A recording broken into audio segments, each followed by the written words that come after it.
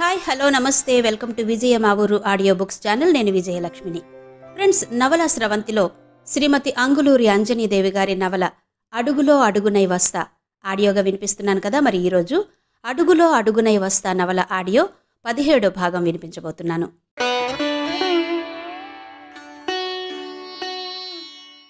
అనురూప వాళ్ళ అమ్మా నాన్నల కన్నా కౌశల్ ఫోన్ కోసమే ఎక్కువగా ఎదురు చూస్తోంది. వీడింకా ఫోన్ చేయడేంటి తాతయ్య, వర్ధన్ గారు ఫోన్ పెట్టేసి కూడా 10 నిమిషాలు దాటింది అంది.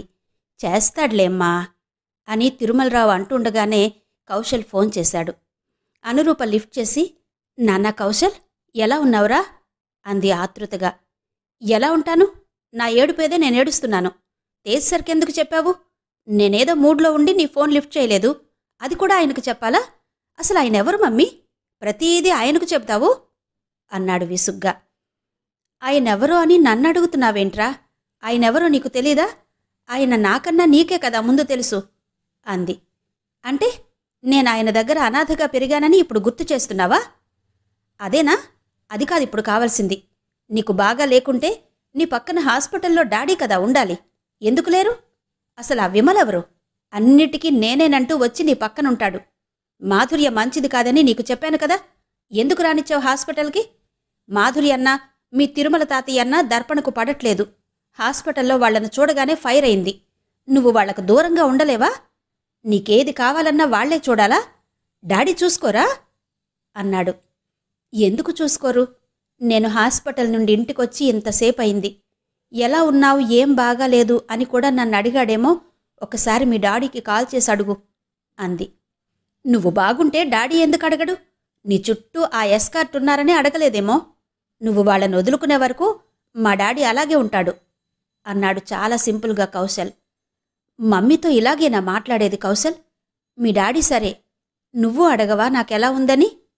మీ ఇద్దరూ నన్నిలా వదిలేస్తే నాకు చాలా బాధగా ఉంటుందిరా అంది అనురూప. మాకు లేవా బాధలు? నీకే ఉన్నాయా? ఎప్పుడు చూసినా నీ బాధలేనా అన్నాడు. ఆమె మనసు గాయపడింది. నన్ను ప్రేమిస్తున్న వాళ్ళని వదిలేసి నన్ను ద్వేషిస్తున్న వాళ్లకు దగ్గరయ్యావురా నువ్వు, అందుకే వాళ్ల తరపున మాట్లాడుతున్నావు. ఇది నీకు బాగుందా కౌశల్ అంది అనురూప. అతను మాట్లాడలేదు. మీ అత్త నువ్వు దర్పణను కొడుతున్నావని నన్ను నోటికొచ్చినట్టు మాట్లాడింది. అప్పుడు మీ డాడీ విని కూడా మౌనంగా హాల్లోనే కూర్చున్నాడు. ఒక్క మాటైనా నాకు సపోర్టుగా మాట్లాడలేదు. అయినా నువ్వు నీ భార్యను కొడితే మీ అత్త నిన్ను అడగాలి కానీ నన్నెందుకు అడగాలి? ఆమె నన్నేమైనా అడిగి తన కూతురిని నీకిచ్చిందా? నన్నెందుకంత లోకుగా చూస్తుంది అంది అనురూప. అది నాకేం తెలుసు, నువ్వేం చేశావో ఆమెకు అన్నాడు కౌశల్. నేనేం చేశాన్రా?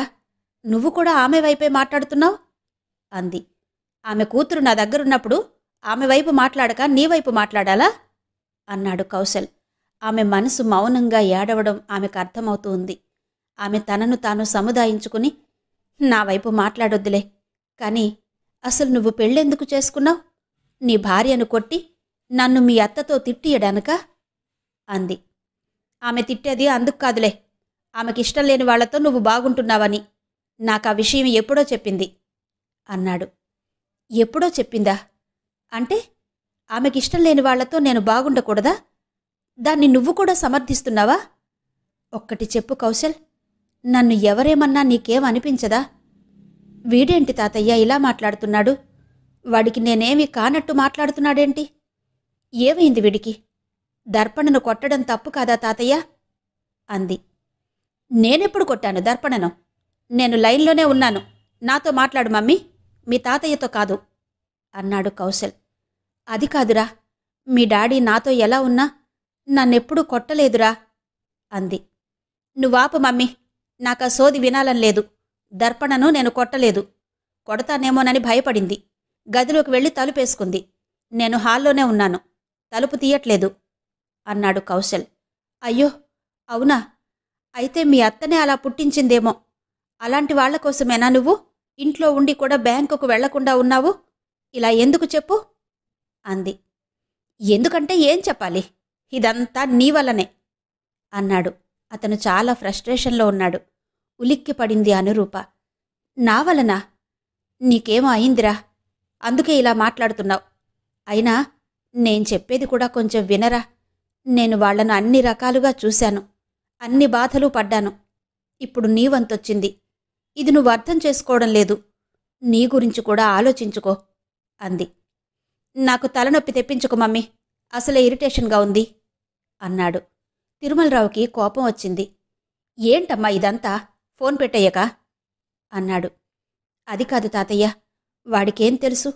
మనం చెప్పకుంటే అక్కడ ఏం జరిగినా చూసేవాళ్లు వాడినే అంటారు. ఏరా కౌశల్, వింటున్నావా? నాకు చాలా కంగారుగా ఉందిరా, నువ్వేమైపోతావో అని అంది బాధగా. నేనేమైనా చిన్నపిల్లాడినా? నాకు మా అత్త ఫోన్ చేస్తుంది అన్నాడు. అంటే నన్ను ఫోన్ పెట్టేయమంటున్నావా? ఒక్క నిమిషం కౌశల్, రత్నరాశి మీ అత్తనే కావచ్చు, మీ డాడీకి చెల్లెలే కావచ్చు. అంత మాత్రాన ఆమెనే నీ లైఫ్ కాదు, ఆమెనే నీ కెరీర్ కాదు.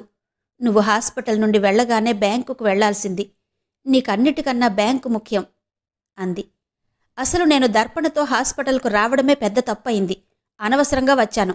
అప్పట్నుండే మా మధ్యన గొడవలు స్టార్ట్ అయ్యాయి. కంట్రోల్ చెయ్యలేకపోతున్నాను. నువ్విప్పుడు ఫోన్ చేశావని దర్పణకు తెలిస్తే నన్ను ఈ మాత్రం కూడా ఇంట్లో ఉండనివ్వదు. నీకు కావలసిందదేనా? ఎంత చెప్పినా అర్థం కాదా? ఒక పక్కన మా అత్త ఫోన్ చేస్తుందని చెప్పినా వినకుండా ఫోన్ పట్టుకునే ఉన్నావు.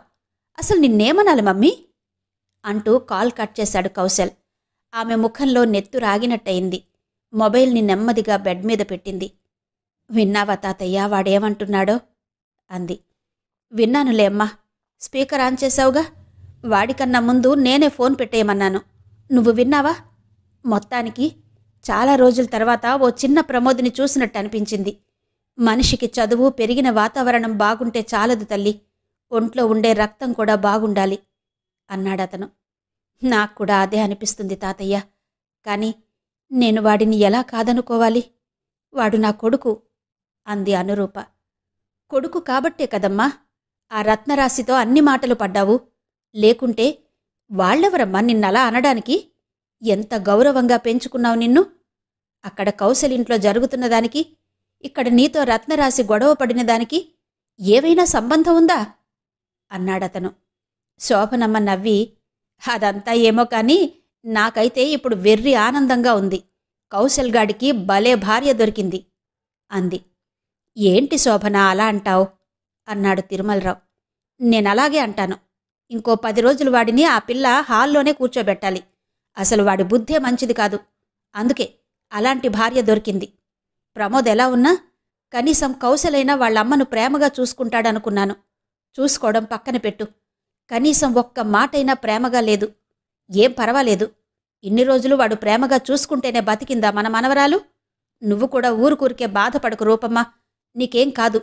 ఎవరు తవ్వుకున్న గోతిలో వాళ్లే పడతారు అంది శోభనమ్మ. కానీ వాడు మంచివాడే అమ్మమ్మా అంది అనురూప. మంచివాడైతే కన్నతల్లితో ఎలా మాట్లాడాలో తెలీదా తల్లి? నువ్వంటే ఎందుకంత చులకనవాడికి? అడిగేవాళ్లు లేరనా? నిన్ను ప్రేమగా చూసేవాళ్లకు నిన్ను దూరంగా ఉండమంటున్నాడు అంటే నిన్ను ఒంటరిదాన్ని చెయ్యాలనుకుంటున్నాడా? అదేనా వాడుద్దేశం? ఏం మనిషమ్మా వాడు అన్నాడు కోపంగా తిరుమలరావు. తాతయ్య, ఇదంతా మీరు తేజ్వర్ధన్కి చెప్పకండి అంది అనురూప. చెప్పడులే రూపా, నువ్వేం కంగారు పడకు. మీరేంటండి అంత కోప్పడుతున్నారు? అలాంటి కొడుకు మీకుంటే ఏం చేస్తారు? అలాగే మాట్లాడతారా? సమర్థించుకోరా? కడుపులో పెట్టుకోరా రూపలాగా అంది శోభనమ్మ. నువ్వు మరీ అలా మాట్లాడుకులే అమ్మమ్మ. వాడలా మాట్లాడతాడని నాకు మాత్రం తెలుసా చెప్పు? తెలిస్తే వాడికంత ఛాన్స్ ఇస్తానా అంది అనురూప. ఛాన్స్ ఇవ్వాలి తల్లి, ఇస్తేనే కదా వాడి మనసులో నీకెంత మర్యాద, గౌరవం ఉన్నాయో తెలిసేది అన్నాడు తిరుమలరావు. నిజమే తాతయ్య, నాతో అవసరం ఉన్నన్ని రోజులు బాగానే ఉన్నాడు, మమ్మీ మమ్మీ అంటూ. ఇప్పుడే ఇలా మాట్లాడుతున్నాడు. ఇంతకుముందు రత్న మాట్లాడినప్పుడు కూడా నాకింత బాధ కలగలేదు. ఇదంతా చూస్తుంటే వాడు నాకు దూరంగా ఉండాలనుకుంటున్నాడేమో అనిపిస్తుంది అంది అనురూప. అప్పుడే అనురూప ఫోన్ రింగ్ అయింది. అదిగో నీ కొడుకే నీకు ఫోన్ చేస్తున్నట్టుంది చూడు. నీతో అలా మాట్లాడినందుకు క్షమాపణ అడగాలని చేస్తున్నాడేమో, లేదంటే నీ ఆరోగ్యం గురించి అడగాలని చేస్తున్నాడో అంది శోభనమ్మ. స్క్రీన్ మీద నెంబర్ చూసి ఆన్ బటన్ ప్రెస్ చేసి, చెప్పు విమల్ అంది అనురూప. ఎలా ఉన్నారాంటీ? ఇంకా డల్గానే అనిపిస్తున్నారు. రెస్ట్ తీసుకోలేదా అన్నాడు. తీసుకుంటున్నాను విమల్. నాకలా అనిపించలేదాంటీ మీ వాయిస్ వింటుంటే. మిమ్మల్ని ఇంకో రోజు హాస్పిటల్లో ఉంచాల్సింది, ఇంటికి తీసుకురాకుండా. సరే, మీరు అటు ఇటు తిరిగి పనులేమీ చెయ్యకండి. బామ్మతో కూడా చేయించకండి. నేనమ్మకు ఫోన్ చేసి చెప్పాను మీకు ఫుడ్ పంపించమని. ప్రిపేర్ చేయిస్తున్నారు. ఇంకో గంటలో మీకు ఫుడ్ వస్తుంది అన్నాడు విమల్. వద్దులే విమల్, అలాంటివేం పెట్టుకోకు అంది అనురూప. మొహమాట పడకండి ఆంటీ. నేనెవర్ని? మీ విమల్ని కాదా అన్నాడు. అవును విమల్, నువ్వు నిజంగా నా విమల్వి. నీ దగ్గర నాకు మొహమాటమెందుకు? అలాగే చెయ్యు. నువ్వు ప్రస్తుతం ఇంట్లోనే ఉన్నావా అంది అనురూప. లేదాంటీ, మిమ్మల్ని ఇంట్లో వదిలి నేను బ్యాంకుకొచ్చాను. బ్యాంకులో ఉన్నాను. ఇంటికి వెళ్లేసరికి నైట్ 10 అవుతుంది అన్నాడు. అలాగా, సరే విమల్, జాగ్రత్త నాన్నా అంది అభిమానంగా అనురూప. ఓకే ఆంటీ, మర్చిపోకుండా టాబ్లెట్ వేసుకోండి. ఆ టాబ్లెట్ మీకు ఎనర్జీ కోసం ఇచ్చారు. డాక్టర్ మీకే ప్రాబ్లం లేదన్నారు. కాకపోతే ఏమీ ఆలోచించకుండా ప్రశాంతంగా ఉండమన్నారు. మిమ్మల్ని బాధ పెట్టేది మీ మనసులో ఉంటే దాన్ని వెంటనే తీసేయండి. సెల్ఫ్ కేర్ చూసుకోండి. మీకన్నా ఏది ముఖ్యం కాదు మీకు. సరేనా ఆంటీ అన్నాడు. సరే విమల్. ఆంటీ, నేను కొంచెం బిజీగా ఉన్నాను, మీకు తర్వాత కాల్ చేస్తాను అంటూ ఫోన్ పెట్టేశాడు విమల్. విమల్తో మాట్లాడాక అనురూప కళ్ళు ఆనందంతోనో బాధతోనో తెలీదుగాని కొద్దిగా తడిశాయి. ఆ రాత్రికి విమల్ పంపిన భోజనం తింటూ, విమల్ చూడమ్మా, ఎంత పద్ధతైన పిల్లాడో అన్నాడు తిరుమలరావు. నిజమే తాతయ్య, విమల్ గురించి జాలమ్మగారు చెబుతుంటే వినాలి. ఇలాంటి కొడుకు నాకెందుకు లేడు అని అనిపిస్తుంది ఎవరికైనా. మన కౌశల్ చిన్నప్పుడు కూడా ఇంతేనట తాతయ్య. విమల్లాగా మెచ్యూర్డ్గా ఉండేవాడు కాదట. ఉండాల్సిన దానికన్నా ఎక్కువ కోపం, ధిక్కారం ఉండేవట వాడిలో. చదువు బాగానే చదివేవాడట. కాని రోడ్డు మీద స్కూల్ బ్యాగ్ ఊపుకుంటూ నిర్లక్ష్యంగా వచ్చేవాడట. స్కూల్కి వెళ్లేటప్పుడు కూడా అలాగే వెళ్లేవాడట. 1-2 సార్లు చెప్పి వాడే మారతాడ్లే అని అనుకునేదట అంది అనురూప. వాడు మారడు. నేనే తేజ్వర్ధన్కి చెప్పి వాణ్ణి బాగా తన్నిస్తాను చూడు అంది శోభనమ్మ. అబ్బా అమ్మమ్మ, వాడిప్పుడు బ్యాంకులో ఆఫీసరే. వాణ్ణి తన్నిస్తానంటావేంటి? వాడేదో చిన్నపిల్లాడైనట్టు. నేను చెప్పేది ఇప్పటి సంగతి కాదు, వాడు చిన్నగా ఉన్నప్పటి సంగతి అంది అనురూప నవ్వి. నువ్వు నవ్వకు రూపా. నువ్వెప్పుడు ఎలా నవ్వుతావో నాకు తెలుసు. నీ కొడుకు ఒక సంస్కారం లేని ఆఫీసర్. వాడంటేనే నాకు కోపంగా ఉంది. హాస్పిటల్కి రావడం ఇష్టం లేకుంటే ఇంట్లోనే ఉండాలి. అంతేకాని వాడి భార్య ఏదో గొడవ పడిందని ఆ గొడవను నీమీద రుద్దుతాడా? నీవల్లే అని నిన్ను సాధిస్తాడా? నిందిస్తాడా? నీకింకా అర్థం కావడం లేదు. వాడు వాళ్ళ అత్త మాటలు విని నిన్నో వ్యక్తిత్వం, ఆత్మగౌరవం లేని బొమ్మను చెయ్యాలనుకుంటున్నాడు. ఏమన్నా మౌనంగా భరిస్తావులే అనుకుంటున్నాడు. కొడుకుల్ని కనేది ఇందుకేనా? ఇలాంటి కొడుకుల వల్ల ఎంతమంది తల్లుల గుండెలు మౌనంగా పగిలిపోతున్నాయో నీకు తెలుసా?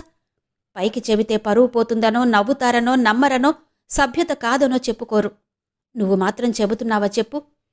నాకే నేను బాగానే ఉన్నాను అన్నట్టు పైకి కనిపిస్తావు. తరువాత నీలో నువ్వే కుమిలిపోతుంటావు. నీది తట్టుకోలేని బాధ అని నాకు తెలీదా? నన్నెవరనుకుంటున్నావు? మీ అమ్మకు అమ్మను. ఇప్పుడు చెప్పు, నువ్వు నవ్వేది నాకోసమే కదా?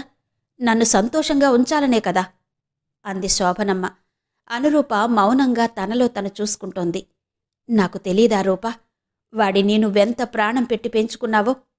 ప్రమోద్ వాడి కోసం ఏమీ చెయ్యకపోయినా మా డాడీ అంటూ ప్రేమగా పిలుస్తున్నాడు. నిన్ను విసుక్కుంటున్నాడు. నీతో పనే లేనట్టు మాట్లాడుతున్నాడు. నిన్ను తప్పించుకోవాలని చూస్తున్నాడు అంది శోభనమ్మ. ఇది నిజమే కదా అనుకుంది మనసులో అనురూప. ఇప్పుడు నీ అవసరం ప్రమోద్కి లేదు, కౌశల్కి లేదు. నీకో వాళ్లతో అవసరం ఉన్నట్టు నువ్వు వెంపర్లాడుతున్నావు. అందుకే నిన్ను చిన్నచూపు చూస్తున్నారు వాళ్ళు. చిన్నచూపు కాదు, నువ్విలాగే ఉంటే నిన్ను భూమిలోకి తొక్కేస్తారు. వాళ్ల తత్వమే అంత. వాళ్లకు బంధాలతో పనిలేదు, ప్రాధాన్యత అంతకన్నా లేదు. ఇంకా ఎందుకు నీకీ తాపత్రయం? నీలో ఉన్న అపారమైన శక్తిని అలాంటి వాళ్లకోసం వృధా చేసుకుంటావా? ఇదేనా తేజ్వర్ధన్ లాంటి గొప్ప మనిషి పక్కన ఉండి నువ్వు నేర్చుకున్నది? ఇలా కాదు రూపా, నువ్వు చాలా చెయ్యాలి. నువ్వు ఎప్పుడు నవ్వినా ఆ నవ్వు వెనకాల బాధ ఉండకూడదు. నువ్వు మారాలి అంది శోభనమ్మ. మనసులో మాత్రం ప్రమోద్ ఇక్కడ ఉన్నన్ని రోజులు రత్నరాశి ఇక్కడకు వస్తూనే ఉంటుంది, నిన్ను బాధ పెడుతూనే ఉంటుంది. ఇది నువ్వు తెలుసుకునేంతవరకు నీకీ బాధ తప్పదు రూపమ్మా అనుకుంది.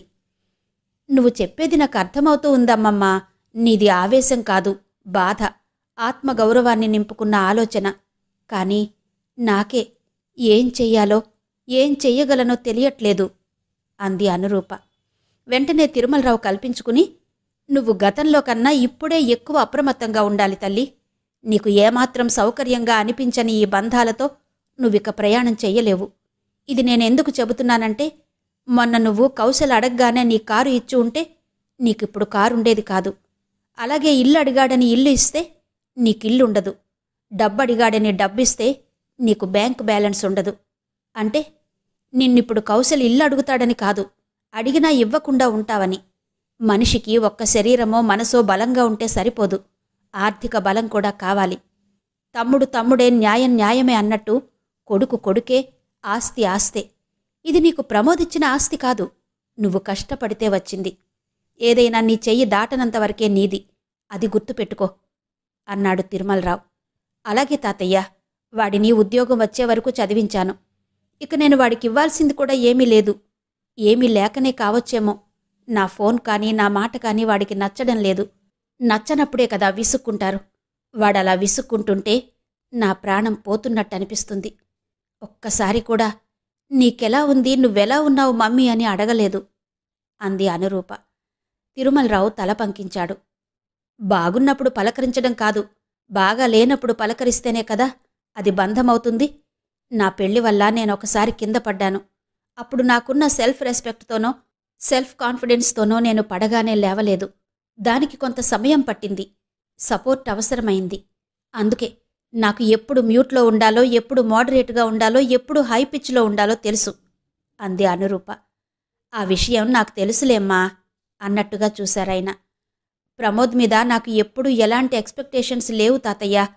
కౌశల్ మీద ఉన్నాయి. వాడు నా పంచ ప్రాణాలు. వాడు పెళ్ళయ్యాక వాడు నా దగ్గర లేకుండా ఎలా ఉన్నాడో అన్న దిగులే నన్ను ఈ స్థితికి తెచ్చింది. ఇక అలా ఉండంలే తాతయ్య, మీరేం కంగారు పడకండి. మీ మనవరాలు మాట తప్పదు అంది. ఆమె మాటలు వాళ్లకు సంతోషం కలిగించాయి. హాల్లో ఉన్న ప్రమోద్ వాళ్ల మాటలు వినకుండా టీవీ సౌండ్ ఇంకాస్త పెంచుకుని ఆనందో బ్రహ్మ అన్నట్టుగా కూర్చున్నాడు. అంతకుముందు కౌశల్ వాళ్ల మమ్మీతో ఫోన్ మాట్లాడినప్పుడు దర్పణ తలుపుకి చెవి ఆనించి వినడానికి ప్రయత్నించింది. కాని ఫోన్లో ఎవరు మాట్లాడుతున్నారో ఆమెకు వినిపించలేదు. దాని గురించి ఆలోచిస్తూ ఓ గంట గడిపింది. ఆ తర్వాత లేచి నిలబడి తలుపును దబదబా బాదింది. ఏంటి, వస్తావా హాల్లోకి అన్నాడు అప్పటి వరకు సోఫాలో పడుకుని ఉన్న కౌశల్ లేచి కూర్చుని. రాను, కానీ ఇది చెప్పు, నువ్వు మాట్లాడింది మీ మమ్మీతోనే కదా, మా మాధురి అక్కతో కాదు కదా అంది మెల్లగా. కాదులే, నువ్వప్పుడే బయటకు రాకు అన్నాడు వస్తే ఎక్కడ కొడుతుందో అన్న భయంతో. రాన్లే, ఫుడ్ వచ్చాక చెప్పు, నా ఫుడ్ని నేను నా గదిలోకి తీసుకెళ్లి తింటాను అంది. అంటే నేను పడుకోవడానికి కూడా గదిలోకి రావద్దా? ఇక్కడే పడుకోవాలా, ఈ సోఫాలో? నా వల్ల కాదు ఇక్కడ పడుకోవడం అన్నాడు సోఫా వైపు చూసుకుంటూ. ఏ, మీ డాడీ హాల్లో పడుకోవడం లేదా?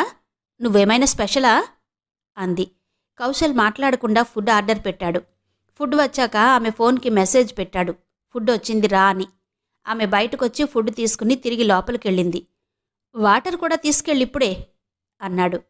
నాకు తెలుసులే, మళ్ళీ వస్తా వాటర్కి అంటూ మళ్ళీ వచ్చి వాటర్కి తీసుకెళ్ళింది. కౌశల్ ఒక్కడే హాల్లో కూర్చుని తిన్నాడు. ఆ తర్వాత నెమ్మదిగా సోఫాలో పడుకుని నిద్రపోయాడు. దర్పణ నిద్రపోలేదు, ఫోన్లో మూవీ చూస్తూ కూర్చుంది. సరిగ్గా రాత్రి 12 గంటలు కాగానే కరెంటు పోయింది. బాబోయ్, ఇదేంటి పవర్ పోయింది? నాకసలే చీకటంటే భయం. ఇక్కడ మా అమ్మమ్మ కూడా లేదు క్యాండిల్ వెలిగించడానికి. నేనీ చీకట్లో చచ్చినా ఉండను. బావెక్కడున్నాడో ఏమో. ఎలా వెళ్ళాలి బావ దగ్గరికి? సోఫాలోనే ఉంటాడులే, ఎక్కడికి పోతాడు అనుకుంటూ మెల్లగా లేచి తలుపు గడియ తీసింది. అక్కడంతా చీకటిగా ఉంది. కౌశల్ గాఢ నిద్రలో ఉన్నాడు.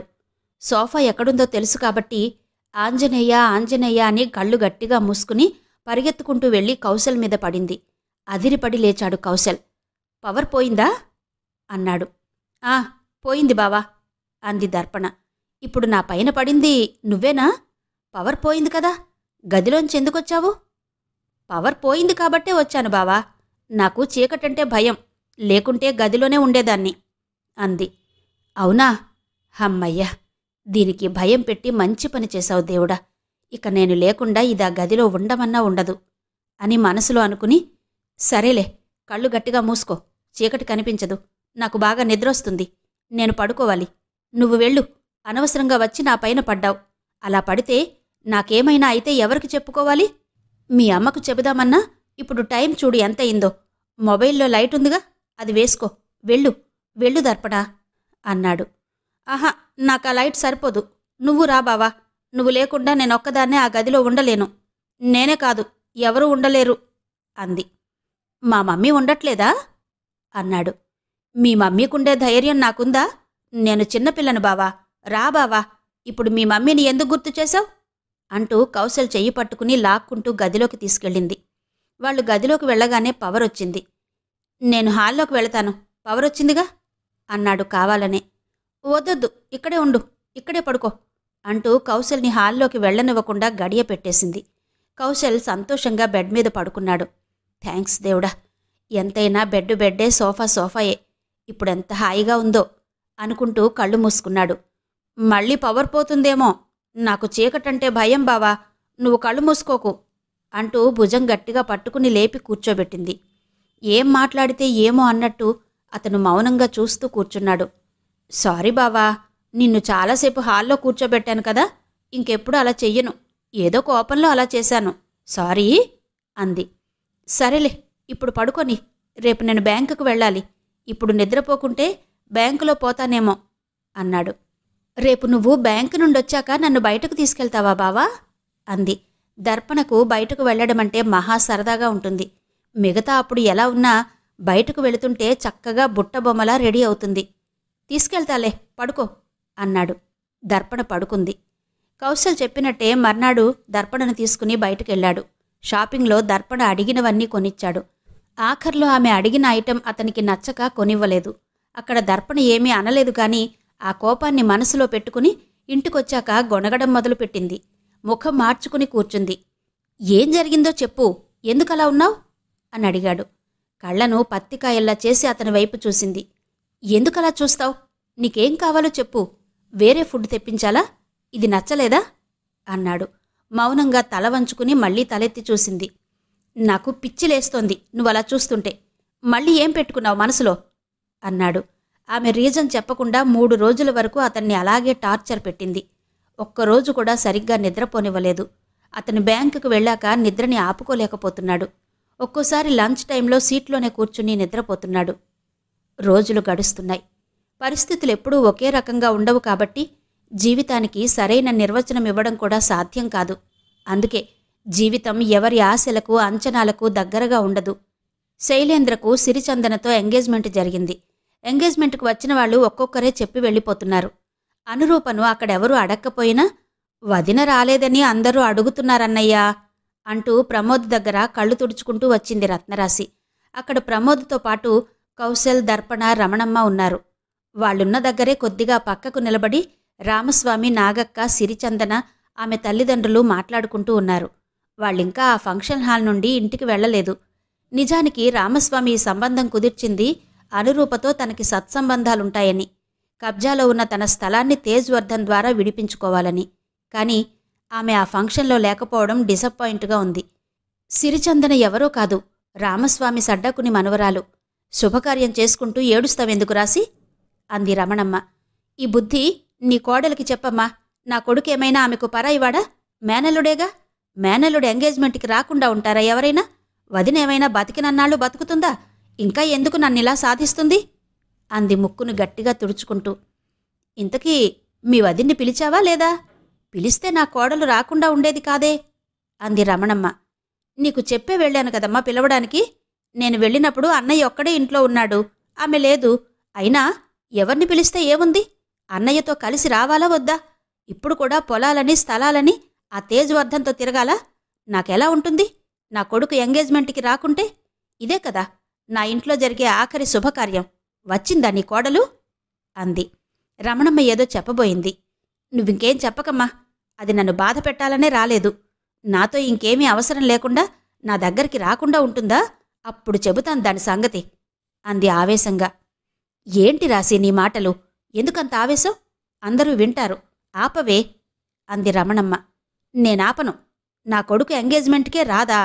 నా కొడుకు ఎంగేజ్మెంట్కి రాకుండా అసలది భూమి మీద ఉన్నా ఒకటే లేకున్నా ఒకటే అంటూ తిట్టడం మొదలుపెట్టింది. దర్పణ కూడా వాళ్ళ అమ్మ పక్కన చేరి, రాకుంటే ఏమ్మా, అదేమైనా పెద్ద తోపా అంటూ తిడుతూ కూర్చుంది. ప్రమోద్, కౌశల్ మౌనంగా చూస్తున్నారు. ప్రమోద్ అయితే కాలు మీద కాలు పెట్టుకుని ఒక కాలుని ఊపుతూ కూర్చున్నాడు. రత్నరాశి మాటలు విని సిరిచందన తల్లిదండ్రులు ఖిన్నులై నిలబడ్డారు. ఏంటి బాబాయ్, మాకిలాంటి సంబంధం కుదిర్చావు? రత్నరాశికి అనురూప వియ్యపురాలే కదా, అది ఇది అంటుంది. మర్యాదగా మాట్లాడ్డం తెలీదా? ఎంగేజ్మెంట్కి రానంత మాత్రాన అలా అంటారా? ఈరోజు ఆమెనంటే రేపు నన్ననదా? ఇదెంత పరువు తక్కువ అంది సిరిచందన తల్లి వినోదిని. రామస్వామి కూడా షాక్లోనే ఉన్నాడు. రామస్వామి వెంటనే షాక్లో నుంచి తేరుకుని ఆలోచిస్తున్నాడు. గతంలో కూడా నన్ను ఈ రత్నరాశి ఇలాగే ఎన్నోసార్లు అవమానించింది. నన్ను సరే, అనురూపను ఇప్పుడిలా అనకూడదు. నేను కూడా ఒకప్పుడు అనురూపను అన్నవాడినే. కాని ఇప్పటి అనురూప పరిస్థితి వేరు. అయినా ఈ రత్నరాశికి ఎందుకింత అహంకారం? ఏం చూసుకుని ఇలా రెచ్చిపోతుంది అనుకున్నాడు మనసులో. అనురూప గురించి మేం విన్నాం బాబాయ్. ఆమె విలువ మాకు తెలుసు. ఆమె వియ్యంకుల ఇంటికి సిరిచందనను ఇస్తున్నామని బయట గర్వంగా చెప్పుకున్నాం. కాని వీళ్ళేంటి ఇలా ఉన్నారు? ఆ ప్రమోద్ అనురూపకి భర్త, కౌశల్ కొడుకు. రత్నరాశి అనురూపనలా మాట్లాడుతుంటే మౌనంగా ఉన్నారెందుకు? మా ఇంట్లో నన్ను ఎవరేమన్నా మా ఆయన ఊరుకోడు, మా కొడుకు ఊరుకోడు. ఇదేం కుటుంబం బాబాయ్? అసలు ప్రమోద్ లాంటి భర్త, కౌశల్ లాంటి కొడుకు ఉంటారా ఎక్కడైనా? ఇలాంటి వాళ్లు ఉంటారని తెలిస్తే అసలు ఆడవాళ్లు పెళ్లిళ్ళు చేసుకుంటారా? పిల్లల్ని కంటారా? మాకీ సంబంధం వద్దు బాబాయ్. ఎంగేజ్మెంట్ అయినా పర్వాలేదు. వాళ్లను చూస్తుంటే నాకు చాలా భయంగా ఉంది. మా వియ్యపురాలు నెమ్మదస్తురాలుగా, గౌరవస్తురాలుగా ఉండాలని నాకు మాత్రం ఉండదా బాబాయ్ అంది వినోదిని. ఉంటుంది వినోదిని, నేను కాదనను. కాకపోతే రత్నకు కొంచెం కోపం ఎక్కువ అన్నాడు. కోపం లేనిది ఎవరికి బాబాయ్? దాన్ని ఎప్పుడు ఎలా వాడాలో కూడా తెలీదా నీ మేనకోడలికి అంది వినోదిని. కోపం ఒక్కటే కాదులే వినోదిని, రత్నకు అసూయ కూడా ఎక్కువే. అందుకే చిన్నప్పటి నుండి నా చేతిలో తన్నులు తింటూనే ఉంది. అయినా మారలేదు. ఇంకేం మారుతుంది? ఇప్పుడు అల్లుడు బ్యాంకులో ఆఫీసర్ కదా, కళ్ళు పైకెక్కున్నాయి. అసలేం మొదటి నుండి అనురూప అంటే చులకన. ఇప్పుడది ఇంకా ఎక్కువై అనురూప మీదికి ఒంటికాల మీద పోతుంది. నీకింకో విషయం చెప్పనా వినోదిని? ఒకప్పుడు అనురూప ఎప్పుడు స్నానం చేసినా ఎక్కడికి పోతున్నా వదినా, ఇప్పుడు స్నానం చేశావని వెంటబడేదట. ఇప్పుడు ఈ పెళ్లి జరిగితే నా మనవరాలు సిరి పరిస్థితి కూడా ఇంతేనేమో అంటూ సిరిచందన వైపు చూసింది నాగక్క. అయితే నేనివ్వను పిన్ని నా కూతుర్ని. చూస్తుంటే ఒక పద్ధతి పాడులేని కుటుంబంలా ఉంది అంది వినోదిని. నువ్వూరుకోవే నాగా, అనురూప ఇప్పుడు హై రేంజ్లో ఉంది. పాపం అంటావేంటి? ముందు కబ్జాలో ఉన్న మన 5 ఎకరాల పొలం గురించి ఆలోచించు. ఏం కాదులే వినోదిని, మా రత్న ఒట్ట అమాయకురాలు. లేకుంటే నోటి దురుసుతో అనురూపను దూరం చేసుకుంటుందా చెప్పు? ఏమో బాబాయ్, ఆడవాళ్లను ఎవరు బాధ పెట్టినా ఆ బాధంతా తిరిగొచ్చి తగులుతుంది అంటారు పెద్దవాళ్లు. నా కూతురు ఆమె కోడలైతే ఆ కర్మంతా నా కూతురు భరించాలా అంది వినోదిని. అలా ఏం ఉండదులే వినోదిని, ఎవరిది వాళ్లే అనుభవిస్తారు, మా ప్రమోద్లాగా. అదేంటి అని అదంతా నన్నిప్పుడు అడక్కు. ప్రమోద్ గురించి చెప్పాలంటే చాలా సమయం కావాలి అంది నాగక్క. సరే, అదంతా నాకెందుకుగాని, నా కూతురు చదివింది ఇంటరే కదా. నువ్వేమో పీజీ చదివింది అని అబద్ధం చెప్పావు. ఆమెకు నిజం తెలిస్తే గొడవ పెట్టుకోదా బాబాయ్? అందులో వాళ్ళ అల్లుడు బ్యాంకులో పెద్ద ఆఫీసర్. కోడలు కూడా అల్లుడులాగా పెద్ద స్థాయిలో ఉండాలనుకోదా నీ మేనకోడలు అంది వినోదిని. నువ్వన్నది నిజమే. మా రత్నకు చదువంటే ఇష్టం. అందుకే కొడుకుని కూతుర్ని బీటెక్ వరకు చదివించుకుంది. కాని శైలేంద్ర వాళ్ళ అమ్మలాంటివాడు కాదు. మొదటినుండి వాడు వేరే. అందరిలా పెద్ద పెద్ద ఉద్యోగాల కోసం చూడలేదు. ఏదో దొరికిందే చాలని చిన్న ఉద్యోగం చేసుకుంటూ ఉన్నాడు. వాడికి లైఫ్ అంటే ఏంటో తెలుసు. ఉన్నంతలోనే బ్రతకాలనుకుంటాడు. వాడికి తెలుసు సిరిచందన ఇంటర్ వరకే చదివిందని. నేను ముందే చెప్పాను. వాడికి నచ్చే ఈ పెళ్లి చేసుకుంటున్నాడు. చందనకు ఎలాంటి సమస్య రానివ్వడు. ఇప్పటికే నేను వాడికంతా వివరంగా మాట్లాడాను. అవసరాన్ని బట్టి ఇక ముందు కూడా మాట్లాడతాను. నువ్వనుకుంటావేమో కబ్జాలో ఉన్న నా ల్యాండ్ కోసం నేనీ పెళ్లి చేస్తున్నానని. అలా ఏమీ కాదు అన్నాడు రామస్వామి. నేనలా అనుకోలేదులే బాబాయ్. ఆ అత్తతో ఆడపడుచుతో చందన చెయ్యగలదా అనే అనుకున్నాను. నువ్వు చెప్పావుగా శైలేంద్ర చందన వైపుంటాడని. ఇక నాకు భయమెందుకు అంది వినోదిని. వెంటనే నాగక్క అందుకుని, పెళ్లి నెల రోజులే ఉంది వినోదిని, చెయ్యాల్సిన పనులు చాలానే ఉన్నాయి. ముందు మనం బంగారం చీరలు కొందాం, ఆ తర్వాత ఏమైనా అంది. అలాగే పిన్ని అంది వినోదిని. సరే, ఇంతవరకు మనం ఇక్కడ విన్నది మాట్లాడుకున్నది రత్నరాశికి తెలియకూడదు. పదండి, అందర్నీ ఓసారి కలిసి మాట్లాడి వెళ్దాం అంటూ వాళ్లను రత్నరాశి కోటేశ్వర్ల దగ్గరికి తీసుకెళ్లాడు రామస్వామి. అక్కడ వాళ్లను కలిసి ఎవరి కారులో వాళ్ళు ఇంటికి వెళ్ళిపోయారు. వాళ్ళు వెళ్ళాక కౌశల్, దర్పణ కూడా ఇంటికి వెళ్లాలని బ్యాగ్స్ సర్దుకున్నారు. రత్నరాశి ఎంగేజ్మెంట్లో మిగిలిన స్వీట్స్ని గబగబా ఒక కవర్లో పెట్టి, దర్పణ, ఇది నీ బ్యాగ్లో పెట్టుకుని ఇంటికెళ్ళాక తిను అంది. స్వీట్స్ తినాలంటేనే భయంగా ఉందమ్మా. ఇప్పటికే చూడు ఎలా అయ్యానో. అయినా నేను అడిగినప్పుడల్లా బావ గులాబ్ జామ్, రసగుల్లా లాంటి స్వీట్స్ తెప్పిస్తూనే ఉన్నాడు. ఫ్రూట్స్ అయితే ఇక చెప్పక్కర్లేదు అంది దర్పణ. దర్పణ పెళ్ళయ్యాక సరిగ్గా నిద్రపోకనో, లేక పని లేకుండా కూర్చుని ఆర్డర్ ఫుడ్ తినడం వల్లనో, లేక ఊరికే తిరుమలరావుని, అనురూపని తిడుతూ అదే నెగిటివ్ ఆలోచనలో ఉండడం వల్లనో మరి తెలీదు, కానీ బాగా లావయింది. కళ్ళ చుట్టూ నలుపొచ్చింది. కళ్ళు కూడా కొంచెం ఉబ్బినట్టు కనిపిస్తున్నాయి. చూడగానే ఏదో మానసిక రోగిలా అనిపిస్తుంది.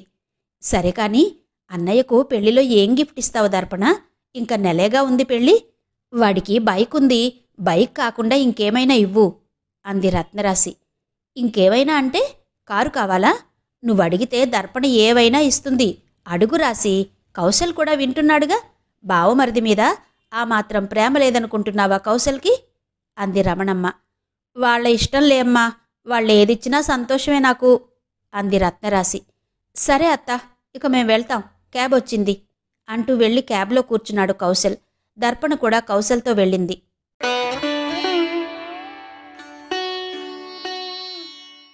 తేజ్వర్ధన్ ఫ్రెష్ అప్ అయి టిఫిన్ చేస్తూ, టిఫిన్ చేశారా రూపా అంటూ అనురూపకు మెసేజ్ పెట్టాడు.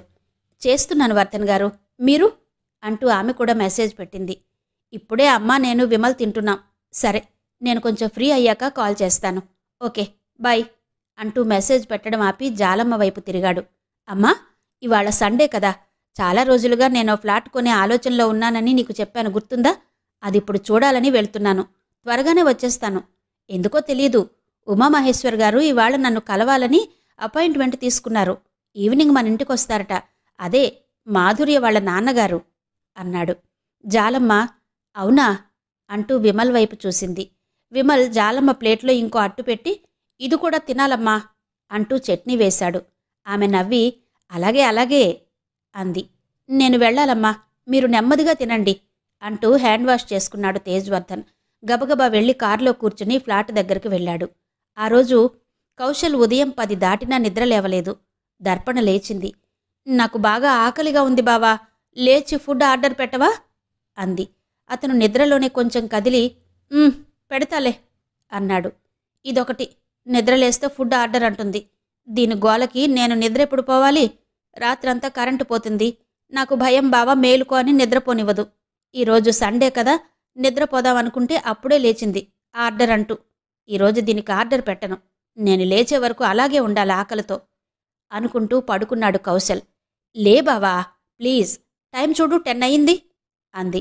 అతను నిద్రపోలేదు, నటిస్తున్నాడు. అందుకే కొంచెం కూడా కదలకుండా కర్రలా పడుకున్నాడు. అదేదో నా అకౌంట్లో కొంచెం మనీ వేస్తే ఇలాంటప్పుడు నేనే ఆర్డర్ పెట్టుకుంటాను కదా అని గొణుక్కుంటూ బయట బాల్కనీలోకి వెళ్ళి నిలబడింది. అప్పుడే ఆరోహి, మాధుర్య కలిసి ఆరోహి వాళ్ళ ఇంట్లోకి వెళుతుంటే చూసింది దర్పణ. ఆ అంటూ నోరు పెద్దగా తెరిచి, ఇదేంటి మా అక్క ఇక్కడికొచ్చింది? ఖచ్చితంగా మా బావ కోసమే వచ్చింది. ఉండు, దీని పని ఇప్పుడే చెప్తాను అనుకుంటూ గబగబా నడుచుకుంటూ ఆరోహి వాళ్ళ ఇంట్లోకి వెళ్ళింది దర్పణ. దర్పణ వెళ్లేసరికి మాధుర్య, ఆరోహి సోఫాల్లో కూర్చుని మాట్లాడుకుంటూ ఉన్నారు. దర్పణ కనిపించగానే ప్రేమగా, దర్పణ నువ్వా? బాగున్నావా? నువ్విక్కడికెలా వచ్చావు? నీకు ఆరోహి తెలుసా? ఏ ఆరు, నీకు మా దర్పణ తెలుసా అంది మాధుర్య. మాధుర్య మాట పూర్తి కాకముందే, ఏమక్క, హాస్పిటల్కే కాక ఇక్కడికి కూడా వచ్చావా మా బావ కోసం అంది కోపంగా దర్పణ. నేను మీ బావ కోసం రావడమేంటి? ఇది నా కొలీగిల్లు, అందుకే వచ్చాను. ఇక్కడ మీ బావెందుకుంటాడు?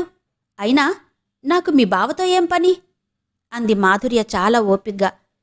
నీకు మా బావతోనే పని. నువ్వు వెళ్తావా వెళ్ళవా ఇక్కడి నుంచి అంది కళ్ళు పెద్దవి చేసి. ఏంటి దర్పణ చిన్నపిల్లలాగా?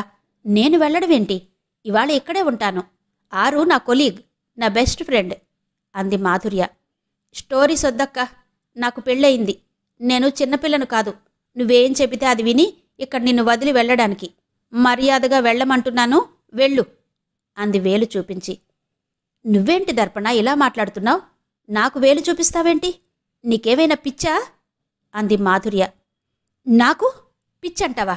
ఉండు, నిన్నేం చేస్తాను అంటూ దర్పణ మాధుర్య మీదకొస్తుంటే ఆరోహి మెరుపులా లేచి మాధుర్యను లేపి పక్క గదిలోకి పంపింది. ఆరోహి మాధుర్యను గదిలోకి పంపాక, నువ్వు లోపల గడియ పెట్టుకో మధు, నేనిప్పుడే విమల్కి కాల్ చేస్తాను అంటూ ఫోన్ పట్టుకుని బయటకు పరిగెత్తింది. దర్పణ మాధుర్య ఉన్న గది ముందు నిలబడి, ఎంతసేపు ఉంటావక్క లోపల? రా బయటకు. నాకు భలే దొరికావులే ఈరోజు. ఇకుంటుంది చూడు నీకు నా చేతిలో. నేను కూడా ఇక్కడే ఉంటాను. ఎంతసేపు లోపలుంటావో నేను చూస్తాను అంటూ దర్పణ తలుపును దబదబా బాది వచ్చి సోఫాలో కూర్చుంది. పైనుండి రాధాకృష్ణ కిందికి దిగివచ్చి, ఎవరమ్మా నువ్వు? తలుపు కొడుతున్నావెందుకు? ఎవరున్నారు లోపల అన్నాడు. రాధాకృష్ణను చూడగానే దర్పణ టక్కున లేచి నిలబడి, లోపల మా అక్క ఉంది సార్, రమ్మంటే బయటకు రావట్లేదు, అందుకే పిలుస్తున్నాను అంది వినయంగా. నువ్వు పిలవట్లేదు, తలుపును పగిలేలా బాదుతున్నావు. ఏం జరిగింది అన్నాడు రాధాకృష్ణ. అతని వాయిస్ మామూలుగానే గంభీరంగా ఉంటుంది. రాధాకృష్ణ గొంతు వినగానే ఆరోహి పరిగెత్తుకుంటూ లోపలికొచ్చి, ఆ గదిలో ఉండేది మాధుర్య కృష్ణ. ఈ అమ్మాయి మన పక్కింట్లో ఉంటుంది. ఎందుకో తెలీదు, వచ్చి గొడవ చేస్తుంది. విమల్కి ఇప్పుడే ఫోన్ చేశాను, వస్తున్నాడు అంటూ మాధుర్య ఉన్న గది ముందుకు వెళ్ళి, మధు, విమల్ వస్తున్నాడు, నువ్వు లోపలే ఉండు. విమల్ కూడా నిన్ను లోపలే ఉండమని చెప్పాడు అంది. అది వింటూ దర్పణ వైపు పరిశీలనగా చూశాడు రాధాకృష్ణ.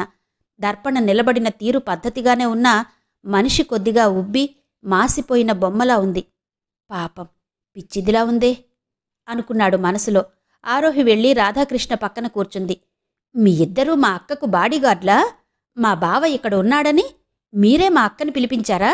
లేకుంటే మా అక్క ఇంత దూరం ఎందుకొస్తుంది అంది దర్పణ. అవునులే అమ్మా, మేమే పిలిపించాం.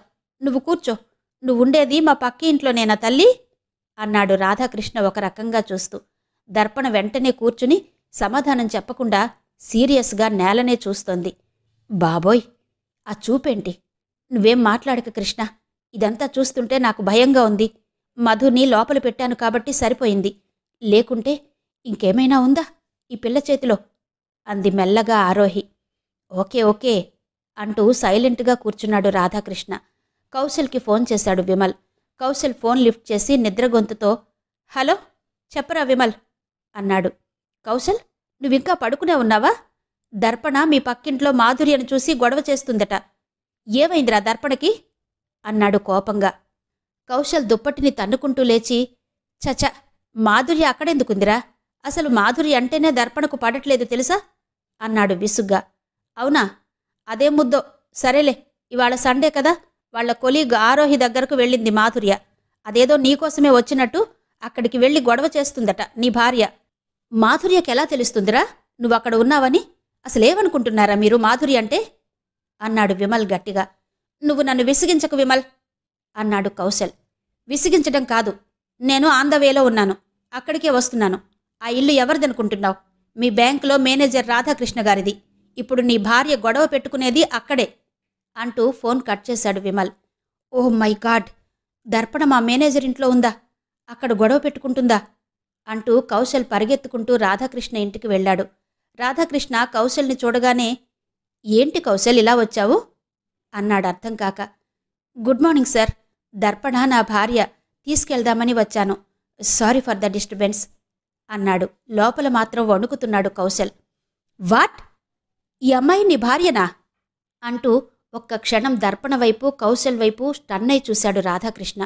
కౌశల్ మాట్లాడే లోపలే దర్పణ ఏదో కట్లు విప్పుకుని వచ్చిన పిచ్చిదైనట్టు, నాకర్థమైంది కౌశల్, నువ్వు తీసుకెళ్ళు అన్నాడు రాధాకృష్ణ. థ్యాంక్ యూ సార్, రా దర్పణ వెళదాం అంటూ దర్పణ జబ్బను గట్టిగా పట్టుకుని లేపి అక్కడి నుండి ఇంటికి తీసుకెళ్లాడు కౌశల్. ఇంటికి వెళ్ళాక, ఎందుకంత గట్టిగా నా చెయ్యి ఊడేలా పట్టుకున్నావు? నేనేం చేశానని అంది దర్పణ. అతను మాట్లాడకుండా, ముందు దీనికి టిఫిన్ పడాలి, లేకుంటే నన్ను తింటుంది అనుకుంటూ టిఫిన్ తెప్పించాడు.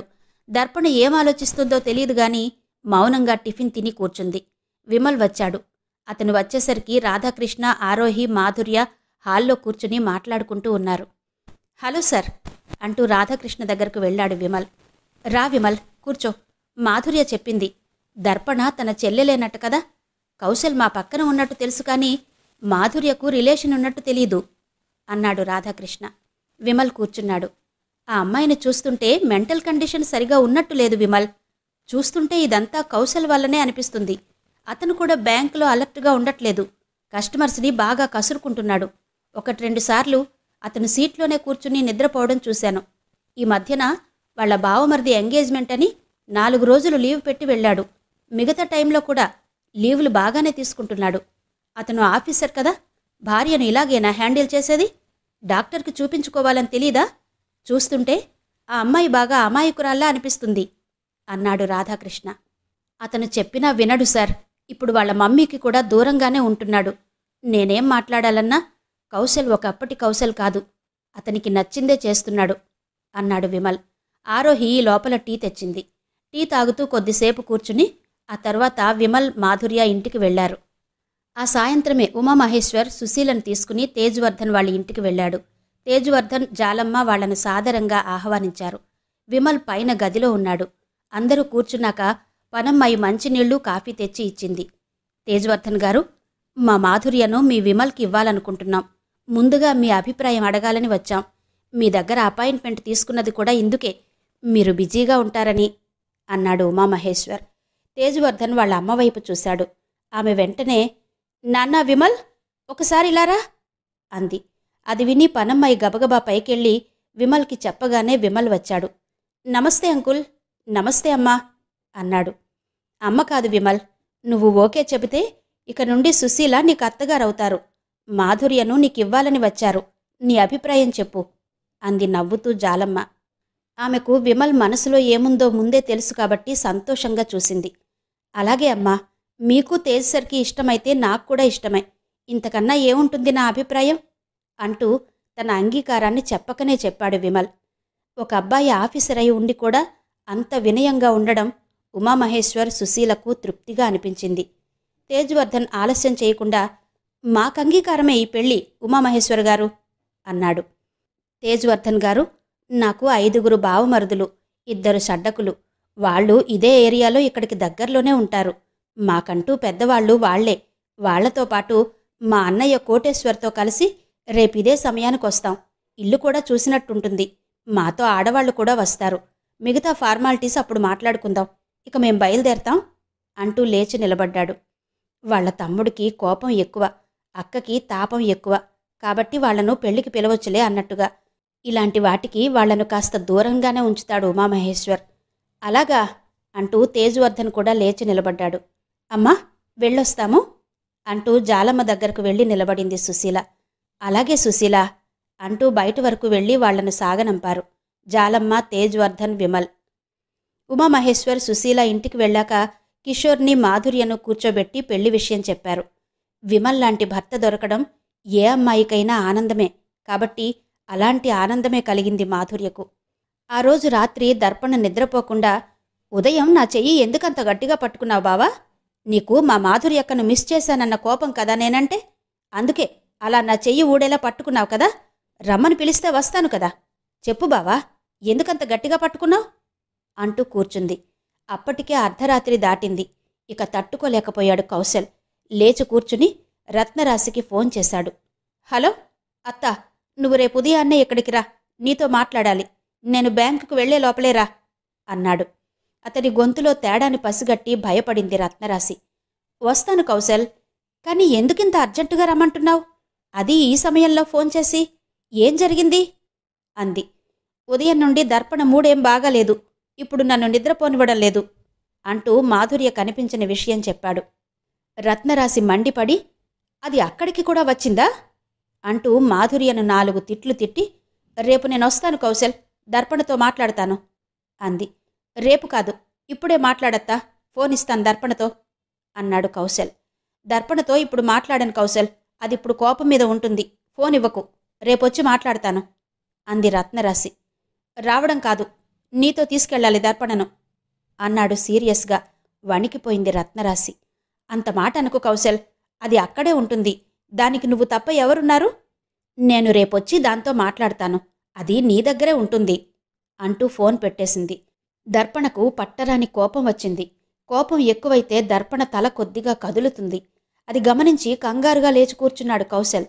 నీ తలేంటి అలా కదులుతుంది అన్నాడు. నువ్వు మా అమ్మకు ఈ టైంలో ఫోన్ ఎందుకు చేశావు? నన్ను మా ఇంటికి పంపిస్తావా? నన్ను పంపి ఒక్కడివే ఉంటావా?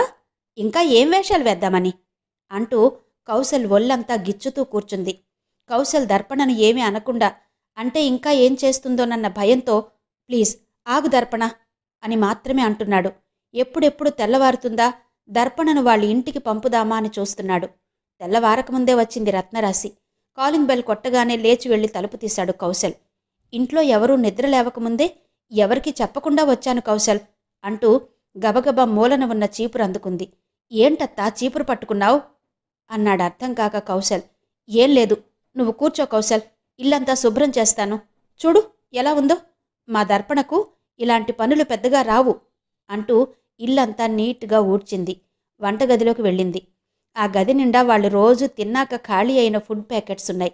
అంతేకాకుండా ఆ రోజు శైలేంద్ర ఎంగేజ్మెంట్లో మిగిలాయని దర్పణ తెచ్చుకున్న స్వీట్స్ కూడా తినలేక బూజు పడితే వాటిని కూడా అక్కడే పడేసింది. అవన్నీ కలిసి ఆ గది మొత్తం చెడు వాసన వస్తోంది. ముక్కు పగిలిపోతుందబ్బా, దీనికసలు ఏ పని రాదు. చెత్తంతా బయట పడేయకుండా ఇంట్లోనే పెట్టుకుంది అని గొణుక్కుంటూ క్లీన్ చేసింది రత్నరాశి. అదంతా 2 పెద్ద కవర్లలోకి నెట్టి బయటకు తీసుకెళ్లి దూరంగా ఉన్న డస్ట్బిన్లో పడేసొచ్చింది. కౌశల్ నిద్ర ఆపుకోలేక సోఫాలోనే పడుకున్నాడు. దర్పణ గదిలో కూర్చుని ఫోన్ పట్టుకుని చూస్తూ ఉంది. రత్నరాశిని చూడగానే నువ్వెందుకొచ్చావే? నేను రాను నీతో, ఇక్కడే ఉంటాను అంది దర్పణ. నేను కూడా నిన్ను తీసుకెళ్లాలని రాలేదు. కౌశల్కి నచ్చజెప్పి నిన్నిక్కడ ఉంచిపోదామనే వచ్చాను. నువ్విక్కడే ఉండు అంది రత్నరాశి. దర్పణ సంతోషంగా సరే అంది. కౌశల్ లేచి గబగబా టిఫిన్కి ఆర్డర్ పెట్టి స్నానం చేసి వచ్చాడు. ముగ్గురు టిఫిన్ తిన్నాక నాకు చాలా కష్టంగా ఉందత్తా దర్పణతో, నువ్వు తీసుకెళ్ళు అన్నాడు కౌశల్. భార్యతో ఆ మాత్రం కష్టం ఉండదా కౌశల్? నువ్వే అర్థం చేసుకోవాలి. ఇప్పుడు మధ్యలో తీసుకెళ్ళి దాన్ని నేనేం చేసుకోవాలి? నలుగురు ఏమంటారు? తిండి పెట్టలేక కౌశల్ భార్యను పుట్టింటికి పంపాడు అని అనుకోరా అంది నచ్చ చెబుతూ. తిండి పెట్టలేక కాదత్తా, నాకు నిద్రలేక ఒక్కరోజు కాదు కదా, రోజూ అంతే. నిద్రపోదు, నన్ను నిద్రపోనివ్వదు. అదేమంటే భయం అంటుంది. సడన్గా లేపి కూర్చోబెడుతుంది. కూర్చోకపోతే గిచ్చుతుంది. చూడు ఎలా గిచ్చిందో. నువ్వు తీసుకెళ్ళత్తా దర్పణని, కనీసం 1 వారం రోజులైనా తీసుకెళ్ళు అంటూ బ్రతిమలాడాడు. సడన్గా లేపి కూర్చోబెడుతుంది. కూర్చోకపోతే గిచ్చుతుంది. చూడు ఎలా గిచ్చిందో. నువ్వు తీసుకెళ్ళత్తా దర్పణని, కనీసం 1 వారం రోజులైనా తీసుకెళ్ళు అంటూ బ్రతిమాలాడు. చేతులు మెడ చూపించాడు. దర్పణ గిచ్చిన చోట గీతలు చిన్న చిన్న చంద్రవంకల్లా కనిపించాయి. రాత్రి గిచ్చిన గీతలైతే ఇంకా పచ్చిగానే ఉన్నాయి. అందుకే అతని మధ్యన టీషర్ట్స్ వేసుకోవడం మానేసి ఫుల్ హ్యాండ్స్ షర్ట్ వేసుకుంటున్నాడు. అది కాదు కౌశల్, నేను చెప్పేది కూడా విను. శైలేంద్ర పెళ్ళి దగ్గర్లోనే ఉంది. నేను ఆ హడావిడిలో ఉన్నాను. కావాలంటే పెళ్ళయ్యాకొచ్చి దర్పణను తీసుకుని వెళ్తాను. నేను రావడం కాదు, పెళ్ళికి మీరొస్తారు కదా, వచ్చినప్పుడు అక్కడే ఉంటుందిలే. వారం రోజులుంచుకుని మళ్ళీ తీసుకొస్తాను. నన్ను నమ్ము అంటూ బ్రతిమాలింది. అప్పుడు కాదు, ఇప్పుడే తీసుకెళ్ళు. ముందు నేను బ్యాంకుకి సెలవు పెట్టి 1 వారం రోజులు నిద్రపోవాలి అన్నాడు కౌశల్. అలాంటప్పుడు అదిక్కడుంటే మాత్రం నీకేంటి ఇబ్బంది? అది కూడా ఓ పక్కన పడి నిద్రపోదా అంది అతని కష్టాన్ని అర్థం చేసుకోకుండా. ఏంటో అత్త, నేనేం చెబుతున్నానో నువ్వేం చెబుతున్నావో అస్సలు మ్యాచ్ కావట్లేదు. నువ్వే ఇలా మాట్లాడుతుంటే నా బాధ ఎలా పోతుందత్తా అన్నాడు. అంతకన్నా గట్టిగా మాట్లాడలేకపోతున్నాడు. అదెక్కడికి పోతుంది కౌశల్? అదసలు బాధ అయితే కదా పోవడానికి. నువ్వేదో పెద్ద పెద్ద కొండలెక్కి దూకుతున్నట్టు ఆ జాములో ఫోన్ చేసి నన్ను కంగారు పెట్టావు. నేనేం జరిగిందో అని పరిగెత్తుకొచ్చాను. తీరా వస్తే గోటి గీతలు చూపిస్తున్నావు. ఇలాంటివి ఎవరికైనా చెబితే నవ్వుతారు కౌశల్.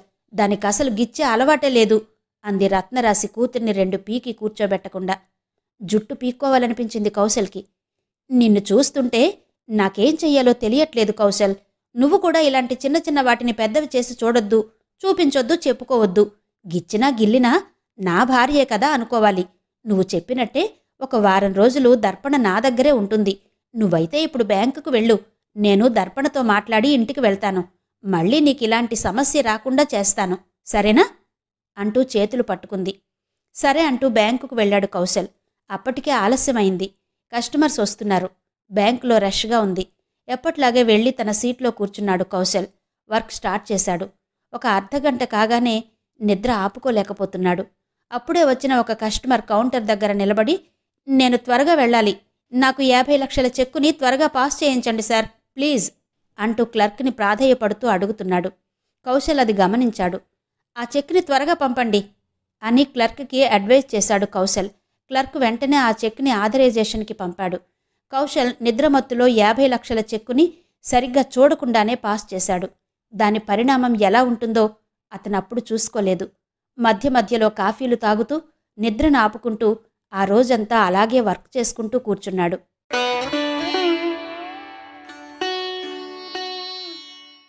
ఉమామహేశ్వర్ చెప్పినట్టే మరుసటి రోజు తన బంధువులందర్నీ వెంటబెట్టుకుని తేజ్వర్ధన్ ఇంటికి వెళ్ళాడు. ఆడవాళ్లను కూడా తీసుకెళ్లాడు. ఉమామహేశ్వర్, సుశీలకు తెలుసు తేజ్వర్ధన్తో సంబంధం అంటే మామూలు విషయం కాదని. వాళ్లు వెళ్లేసరికి తిరుమలరావు, శోభనమ్మ, అనురూప జాలమ్మ దగ్గరున్నారు. మర్యాదలయ్యాక జాలమ్మ అందర్నీ వెంటబెట్టుకుని ఇల్లంతా తిప్పి చూపించింది. ఆ ఇల్లు ఇంద్రభవనంలా ఉంది. తేజ్వర్ధన్ గదిలోకి వెళ్లగానే కమ్మటి సుగంధపు పరిమళం వస్తుంది. ఈ గదిలో మా వదిన ఫోటో ఉంటుందేమో, చూడాలి అని రత్నరాశి మనసులో అనుకుంటూ కుతూహలంగా చుట్టూ తిరుగుతూ వెతికింది. అలాంటిదేం ఆమెకు కనిపించలేదు. కాని ఇంత మంచి సంబంధం మాధుర్యకు అవుతుందంటేనే రత్నరాశికి కడుపు మంటగా ఉంది. పైగా విమల్ చాలా బాగున్నాడు. ఇల్లంతా చూశాక అందరూ వచ్చి హాల్లో కూర్చున్నారు. ఆ హాల్ కూడా చాలా పెద్దగా ఉండి అందరూ కూర్చోడానికి బాగా సరిపోయింది. తేజ్వర్ధన్ గారు, ఆడపిల్ల పెళ్లి చేయడం మా ఇంటి ఆచారం కాబట్టి పెళ్లి మేము చేస్తాం. మాధుర్య కోసం ఒక ఇల్లు కట్టించాం. అది విమల్కిస్తాం. అప్పుడప్పుడు చేయించిన నగలు కొన్నున్నాయి. ఇక వాటి గురించి ఆలోచించాల్సిన అవసరం లేదు. ఇంకేమైనా అడగాలంటే మీరు అడగొచ్చు అన్నాడు మర్యాదపూర్వకంగా ఉమామహేశ్వర్. తేజ్వర్ధన్ నవ్వి, విమల్కి ఇల్లుంది ఉమామహేశ్వర్ గారు. దాని వర్క్ ఇంకా కొంచెం మిగిలుంది. వాడు పెళ్లి వరకు అది కంప్లీట్ అవుతుంది. వాడికి బ్యాంకులో జాబొచ్చాక తన సొంత డబ్బుతోనే ఆ ఇంటిని కట్టించుకుంటున్నాడు. పెళ్ళయ్యాక వాడక్కడే ఉండబోతున్నాడు అన్నాడు. ఇప్పుడు నువ్వు మాట్లాడన్నయ్యా అన్నట్టు సుశీల వాళ్ల పెద్దన్నయ్య వైపు చూసింది. ఆయన, నేను మాట్లాడతాను, నువ్వు కంగారు పడకు అన్నట్టు తల ఊపి, అలాగే తేజ్వర్ధన్ గారు, సంతోషం. అమ్మాయికి మేము పెట్టేది ఎలాగో పెట్టుకుంటాం. అబ్బాయికి ఇల్లుందని తెలిసి ఇంకా సంతోషంగా ఉంది. కానీ మిమ్మల్ని వదిలి వాళ్ళు ఇంకో ఇంట్లో ఉంటారనడం బాగాలేదు. పెళ్ళయ్యాక అబ్బాయి, అమ్మాయి మీ దగ్గరే ఉండాలి. అది మా అందరి కోరిక. అంతేకాదు, పెళ్ళయ్యాక మాధుర్య ఉద్యోగం చెయ్యదు, ఇంట్లోనే ఉంటుంది. మీ అందరి యోగక్షేమాలను చూసుకుంటుంది. మాకదే గౌరవం, ఇష్టం, మర్యాద అన్నాడు. ఆయన మాటను ఎవరూ కాదనలేదు. ఎంగేజ్మెంట్ కానీ పెళ్లి కానీ వేద పండితులు చెప్పినట్టే పెట్టుకుందామని అనుకున్నారు. 2 రోజుల తర్వాత పాస్బుక్ తీసుకుని అసలు కస్టమర్ బ్యాంకుకొచ్చాడు. అతను నేరుగా క్లర్క్ దగ్గరకు వెళ్ళి, మొన్న 50 లక్షలు నా అకౌంట్లో నుంచి డెబిట్ అయింది. ఎలా అయింది? అతనికి నేను ఇవ్వాల్సిన 5 లక్షలకు మాత్రమే చెక్ రాసిచ్చాను. చెక్ చూసుకోలేదా? చూడకుండానే పాస్ చేశారా అని అడిగాడు. ఆ క్లర్క్ వెంటనే ఆ కస్టమర్ని కౌశల్ దగ్గరకు పంపించాడు. కౌశల్ ప్యూన్ని పిలిచి 2 రోజుల క్రితం ఓచర్లను తెమ్మని పంపించాడు. ప్యూన్ వెళ్లి ఓచర్లను పట్టుకొచ్చాడు. అందులో ఆల్టరేషన్ ఉన్నట్టుగా, అంటే 5 లక్షల చెక్ని 50 లక్షలుగా మార్చినట్టుగా వర్డ్స్ ఫిగర్స్లో ఉండడం గమనించాడు. ఓ మై గాడ్ అంటూ తల పట్టుకున్నాడు కౌశల్. నాకు రోజు సరిగ్గా నిద్ర లేకపోవడం వల్ల బ్యాంకులో అలర్ట్గా ఉండలేక ఈ మిస్టేక్ చేశాను అని మనసులో అనుకుంటుండగానే మేనేజర్ రాధాకృష్ణ కౌశల్ని పిలిచాడు. ఏంటండి, ఈ చెక్ని ఎలా పాస్ చేశారు? కళ్ళు తెరుచుకునే పనిచేస్తున్నారా? అసలు ఇదెలా జరిగింది అని కోపంగా మాట్లాడాడు రాధాకృష్ణ. కౌశల్ దగ్గర చెప్పడానికి ఆన్సర్ లేదు. ఇప్పుడు రికవరీ చేద్దామన్నా పార్టీ ఎవరో కనిపెట్టడం కూడా కష్టమే. అందుకే మౌనంగా ఉన్నాడు. నీకు 1 వారం రోజులు టైం ఇస్తున్నాను కౌశల్. ఈ లోపల నువ్వు ఆ 45 లక్షలు అడ్జస్ట్ చేసుకుని కస్టమర్ అకౌంట్కి ట్రాన్స్ఫర్ చేయి అన్నాడు రాధాకృష్ణ. కౌశల్ వెళ్ళి తన సీట్లో కూర్చున్నాడు. ఇప్పుడు 45 లక్షలు ఎక్కడి నుండి తేవాలి అని ఆలోచిస్తూ కూర్చున్నాడు. ఇంటికి వెళ్ళాక కూడా అదే ఆలోచిస్తూ ఉన్నాడు. దర్పణ ఫోన్లో గేమ్ ఆడుకుంటూ, ఏంటి బావా ఆలోచిస్తున్నావు అంటూ కౌశల్ దగ్గరకొచ్చింది. బ్యాంకులో ఏం జరిగిందో వివరంగా చెప్పాడు. 45 లక్షలా అంటూ కళ్ళు తేలేసింది. నాకు చాలా టెన్షన్గా ఉంది దర్పణ అన్నాడు. ఉండు బావా, నేను మా అమ్మకు ఫోన్ చేస్తాను, నువ్వు టెన్షన్ పడకు అంటూ రత్నరాశికి ఫోన్ చేసింది దర్పణ. రత్నరాశి లబోదిబో అంటూ ఆటో ఎక్కింది. కౌశల్ వాళ్ల ఇల్లు రాగానే ఆటోలో నుంచి ఒక్క ఉదుట్న దూకి ఇంట్లో నుంచి ఇంట్లోకి వెళ్ళింది. దర్పణ చెప్పింది నిజమేనా కౌశల్? నువ్విప్పుడు బ్యాంకులో 45 లక్షలు కట్టకపోతే నీ ఉద్యోగం పోతుందా? ఇదంతా ఎలా జరిగింది? నీ మీద పగతో ఎవరైనా ఇలా చేశారంటావా? అంది. నా మీద పగ ఎవరుకుంటుందత్తా? అదేం కాదులే, నాకు సరిగ్గా నిద్ర ఉండక బ్యాంకులో అలర్ట్గా ఉండలేకపోయాను. అందుకే నీకూడా చెప్పాను, ఒక వారం రోజులు దర్పణను తీసుకుపోమ్మని. ఈ లోపలే ఇలా జరిగింది అన్నాడు. ఆమె అదేం పట్టించుకోకుండా, అయితే నీకు ఉద్యోగం పోయినట్టేనా అంది. నువ్వలా అనకమ్మా, బావ బాగా బాధపడుతున్నాడు. నీకు ఫోన్ చేసి రమ్మన్నది ఇందుకేనా? ఇలా మాట్లాడతావా నేనా అంది దర్పణ. ఇంకెలా మాట్లాడాలే? 45 లక్షలట. ఆ 45 లక్షలు నువ్వు ఇవ్వమ్మా, బావ దగ్గర లేవట, మళ్ళీ ఇస్తాడ్లే, నిన్ను రమ్మన్నది అందుకే అంది దర్పణ. నా దగ్గరెక్కడున్నాయే? అవి లక్షలే, వేలు కాదు. నన్ను మా అమ్మను కట్టేసుకొట్టినా అన్ని డబ్బులు రాలవు. ఉండు, రామస్వామి మామయ్యకు ఫోన్ చేస్తాను అంటూ రామస్వామికి ఫోన్ చేసి డబ్బులు అడిగింది రత్నరాశి. డబ్బులు సరే, అలా ఎలా జరిగింది రత్న? వింటుంటే నమ్మలేకపోతున్నాను అన్నాడు రామస్వామి. నమ్మాలి మావయ్య, ఇప్పుడు నా అల్లుణ్ణి నువ్వే ఆదుకోవాలి అంది రత్నరాశి. ఏంటి రత్న ఇదంతా? నువ్వెంత మంచిదానివి, నీ కుటుంబం ఎలా ఉన్నా అందరూ బాగుండాలనుకునేదానివి. అప్పట్లో మీ అన్నయ్య ఏదో నా వల్ల డబ్బులు పోగొట్టుకున్నాడని వాడి వైపున నిలబడి నన్ను నానా మాటలు అన్నావు. అనురూపను ఎప్పటికప్పుడు కంట్రోల్లో పెట్టుకుంటూ ఆమెను మడిచి నీ బొడ్లో దోపుకున్నావు. అలాంటి నీకేంటే ఇలాంటి అవసరం వచ్చింది అన్నాడు. వచ్చిందిలే మావయ్య, ఇప్పుడు నువ్వే ఆ డబ్బును పంపి వాడికి మళ్ళీ ఆ ఉద్యోగం వచ్చేలా చెయ్యాలి. డబ్బు కట్టడానికి ఇంక వారం రోజులే గడువుందట. అంత డబ్బు అడగాలన్నా మన వాళ్లలో ఎవరి దగ్గర లేదు, ఉన్నా ఇవ్వరు, నువ్వైతేనే ఇస్తావు అంది. అవునులే కాని నీకు తెలియందేముంది రత్న, నా పొలం కబ్జాలో ఉండి నేనే అనురూప చుట్టూ తిరుగుతున్నాను. ఆదుకోవడానికి అదేవైనా చిన్న అమౌంటా? 45 లక్షలు అన్నాడు. అవుననుకో, అసలు కౌశల్ దగ్గర ఆ డబ్బుండుంటే నిన్నడగాల్సిన అవసరమే వచ్చేది కాదు అంది నిష్ఠూరంగా. ఎలా ఉంటుంది రత్న, కౌశల్ దగ్గర అంత డబ్బు? వాడేవైనా కోటీశ్వరుడి కడుపున పుట్టాడా, లేక కోటీశ్వరునింటి కల్లుడయ్యాడా? ఏదో గాలికి అనాథలా కొట్టుకుపోకుండా ఆ తేజ్వర్ధన్ దయతో కొన్ని రోజులు చదివాడు, ఇంకొద్ది రోజులు అనురూప చదివించింది. అదృష్టం బాగుండి ఆఫీసర్ అయ్యాడు. ఆఫీసర్ కాగానే అంత డబ్బు ఎలా వస్తుంది అన్నాడు. రత్నరాశికి ఉడుకుతున్నా నోరెత్తలేదు. అసలు మీరో ఎవరున్నారు ఆఫీసర్లు? ఒకప్పుడు వాళ్ళ నాన్నకు చిన్న ఉద్యోగం ఉంటేనే ఎగిరెగిరి పడ్డాడు, ఇప్పుడు వీడు ఎగరకుండానే పడ్డాడు అన్నాడు రామస్వామి. ఎందుకలా మాట్లాడుతున్నావు మావయ్య అంది రోషంగా. నీ చేత మళ్ళీ తిట్టించుకుందావని. అదేగా నీకొచ్చు, దానివల్లనే కదా అనురూపను దూరం చేసుకున్నావు. మొన్నకు మొన్న నీ కొడుకు ఎంగేజ్మెంట్కి ఆమె రాలేదని అందరూ వినేలా ఎన్నన్నావు. లేకుంటే ఇప్పుడు నన్ను అడగాల్సిన అవసరమేముంది? ఆమెకే ఫోన్ చేసి అడిగేదానివి. నువ్వు అడగగానే ఆ 45 వచ్చి వాడి అకౌంట్లో పడేవి. అది లేకుండా నువ్వే చేసుకున్నావు. ఏది, ఓసారి కౌశల్కి ఫోన్ ఇవ్వు, మాట్లాడతాను అన్నాడతను. ఫోన్ కౌశల్కిచ్చి మాట్లాడు అంది. హలో తాతయ్య అన్నాడు కౌశల్. ఏరా కౌశలు అంటే అన్నానంటావు గాని, ఆ రోజు నేను మీ డాడీ నిన్నింత కష్టపడి ఆ స్కూల్లో చేర్పిస్తే నువ్వెందుకు బయటకొచ్చావురా? అక్కడే ఉండి చదువుకునుంటే ఏదో నీ శక్తికి తగిన పని దొరికేది కదా. ఇప్పుడు చూడు ఎలా అయిందో, కన్ను పొయ్యేంత కాటుకు పెట్టుకున్నట్టు కాలా? ఇప్పటికైనా పెద్దవాళ్ళు చెప్పినట్టు నడుచుకోరా నా తండ్రి. మీ అత్త ఎలాగూ వినదు. ఇప్పుడు ఇదంతా చూసి మీ అత్తకు పిచ్చి పట్టినా పట్టొచ్చు అన్నాడు. మా అత్త ఒకటి నాకు ఫోన్ ఇచ్చి నన్ను మాట్లాడమంటుంది. ఇంకా ఏం మాట్లాడతాడో ఏమో, అదంతా ఇప్పుడు నేను వినాలా అని అనుకుంటూ, నాకు వేరే ఫోన్ వస్తుంది తాతయ్య అన్నాడు కౌశల్. వస్తుంది లేరా, అది నాకు తెలీదా? నువ్వు ఫోన్ పెట్టేయ్ అంటూ ఆయనే ఫోన్ పెట్టేశాడు. ఏం చేద్దాం కౌశల్, ఆయన ఇచ్చేలా లేడు, మీ మమ్మీని అడుగుతావా అంది. ఒకరిద్దరు ఫ్రెండ్స్ ఉన్నారు, వాళ్ళని అడిగాక వాళ్ళు లేదంటే అడుగుతానత్తా, ముందు విమల్కి చేస్తాను అంటూ విమల్కి ఫోన్ చేశాడు కౌశల్. కౌశల్ చెప్పింది వినగానే షాక్ తిన్నాడు విమల్. ఏంటి కౌశల్ ఇలా చేసుకున్నావు అన్నాడు బాధగా విమల్. డెస్టినీ విమల్, ఏం చేద్దాం, ఇప్పుడు నేను 45 లక్షలు బ్యాంకులో కట్టాలి. వారం రోజులు టైం ఇచ్చారు రాధాకృష్ణ గారు.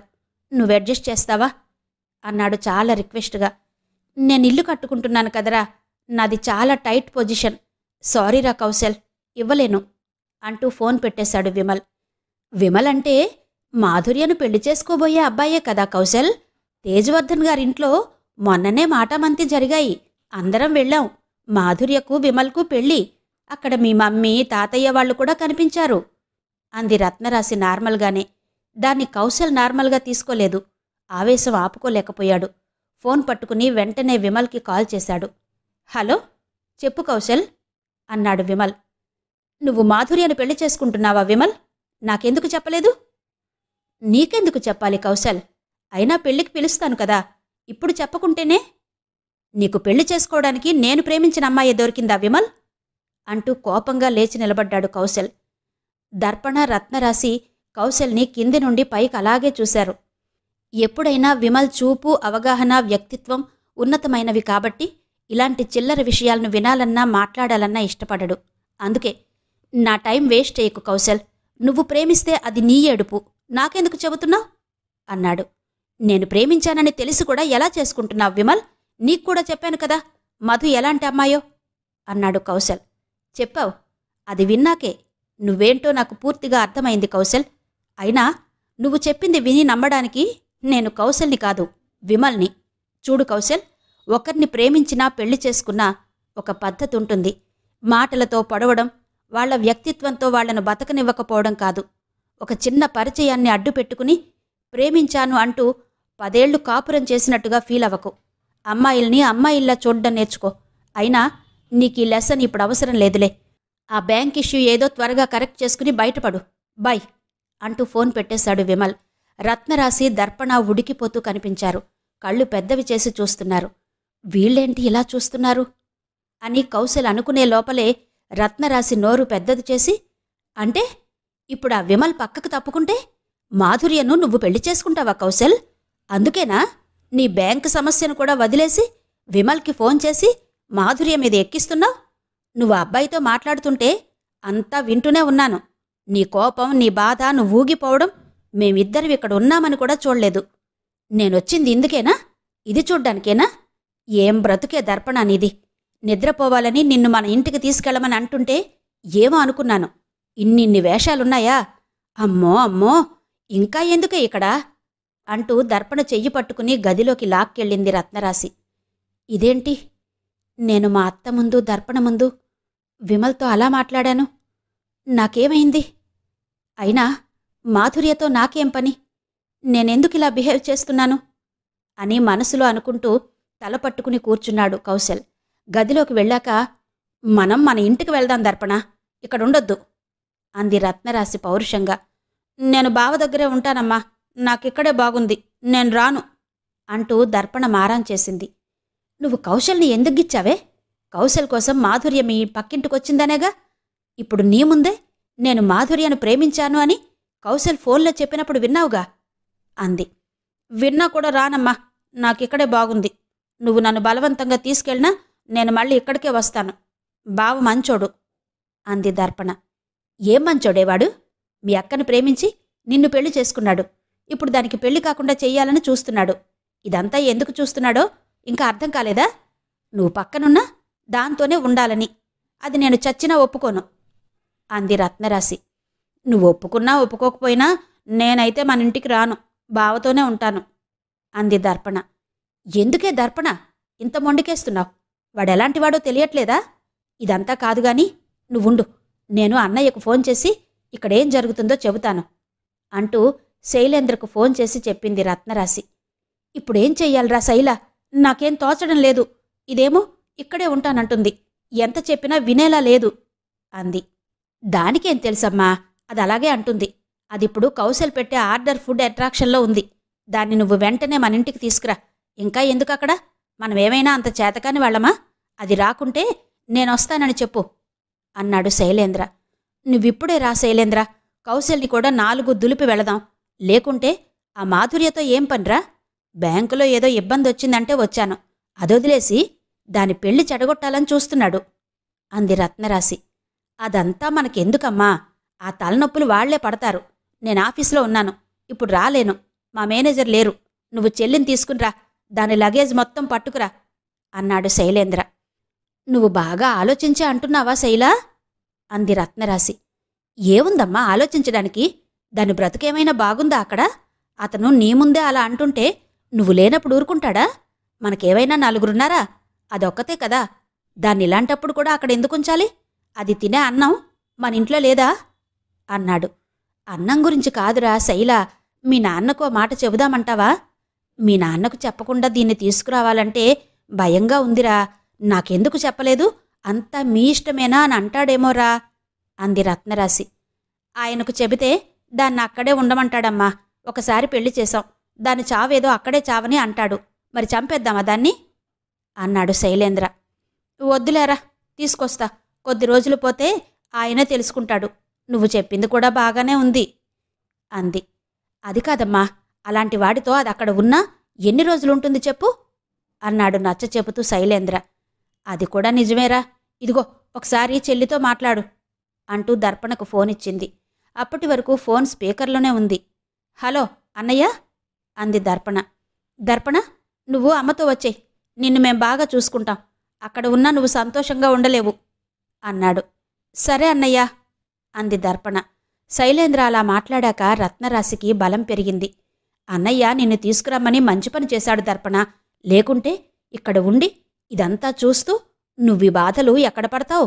దానికి పెళ్ళని తెలియగానే చూడు ఎంత అల్లాడిపోతున్నాడో. అయినా నీకేం తక్కువ దర్పణ? బంగారు బొమ్మలా ఉంటావు. కావాలంటే మనం మన ఇంటికి వెళ్ళాక నీకు మళ్ళీ పెళ్లి చేస్తాలే, నువ్వేం బాధపడకు అంటూ దర్పణ విప్పిన డ్రెస్సులన్నీ ఒక బ్యాగులో పెట్టింది. పెళ్ళనగానే లొంగింది దర్పణ. కొద్దిసేపు ఆలోచించి సరే అమ్మా అంది. నీకు మన ఇంట్లో ఏ లోటు ఉండదు దర్పణ. అక్కడ నేనున్నాను, అమ్మమ్ముంది, అన్నయ్యున్నాడు. నిన్ను ప్రాణంలా చూసుకుంటాం. కానీ మీ నాన్నకు ఇదంతా ఇప్పుడే చెప్పొద్దు. ఆయనే నెమ్మదిగా తెలుసుకుంటాడు. తెలుసుకున్నాక దాన్ని వాడి దగ్గర నుండి తీసుకొచ్చి మంచి పని చేశావులే అని ఆయనే అంటాడు చూడు. రా వెళదాం అంటూ గదిలో నుంచి దర్పణను బ్యాగును ఒకేసారి బయటకు లాక్కొచ్చింది రత్నరాశి. కౌశల్ షాక్ అయి, మీరు నిజంగానే వెళ్తున్నారా అత్తా? వెళ్ళొద్దత్తా, ఉండండి ప్లీజ్ అన్నాడు. ఎందుకులే అయ్యా, నువ్వేదో 10 కాలాల పాటు ఆ మాధుర్యను ప్రేమించుకుంటూ ఉండేవాడివి. అది చూసి నిన్ను నా కూతురు గిచ్చడం, నువ్వు నాకు ఫోన్ చేయగానే నేను పరిగెత్తుకుంటూ రావడం, ఇదేగా నీ పని నా పని. కానీ నువ్విలా మాట్లాడుతున్నావని మా కిషోర్కి తెలిసిందనుకో, అప్పుడు ఉంటది నీ పని అంటూ తిరిగి చూడకుండా దర్పణను తీసుకుని వెళ్ళింది రత్నరాశి. నీరసంగా చూస్తూ తల పట్టుకున్నాడు కౌశల్.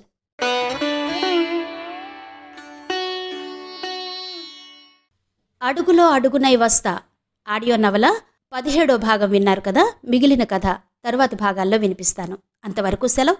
నమస్తే.